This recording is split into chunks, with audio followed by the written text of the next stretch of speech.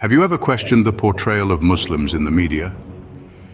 This question is pivotal in understanding the concept of media bias, a widespread phenomenon that holds a considerable influence on public perception. Media bias isn't merely about slanting the news to the right or left. It's about the portrayal of entire communities, cultures, and religions, often in ways that perpetuate stereotypes and misconceptions. Take, for instance, the portrayal of Muslims. A study conducted by the University of Alabama in 2018 found a rather alarming statistic. In American media outlets, Muslims were depicted as terrorists 81% of the time. 81%? That's not just a bias, it's a gross misrepresentation. It's a narrative that fuels fear, misunderstanding, and division. These figures pose a question. Are these portrayals accurate, or are they a product of bias and propaganda? As we delve deeper, let's keep this question at the forefront. Bias doesn't exist in a vacuum, it has real-world consequences. Let's take a closer look at how media bias impacts the lives of Muslims. One of the most palpable effects is a spike in discrimination and hate crimes.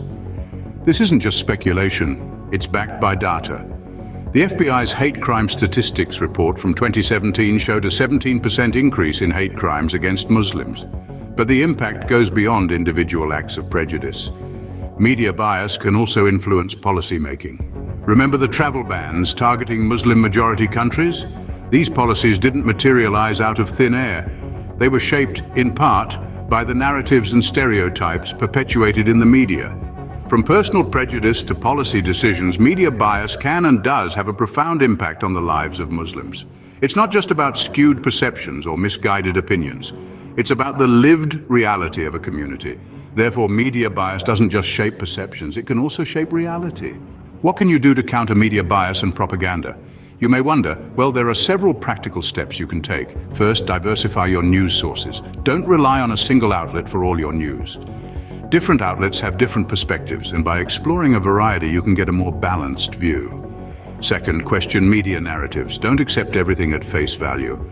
Ask who benefits from a particular story or portrayal. What's being left out? Who's being left out? Third, support organizations that advocate for fair media representation. These groups are working hard to ensure a range of voices are heard in the media. And finally, foster understanding and empathy. Stereotypes thrive on ignorance. By seeking to understand others' experiences and perspectives, we can begin to break down harmful stereotypes. Remember, your power as a consumer of media is immense. Use it wisely.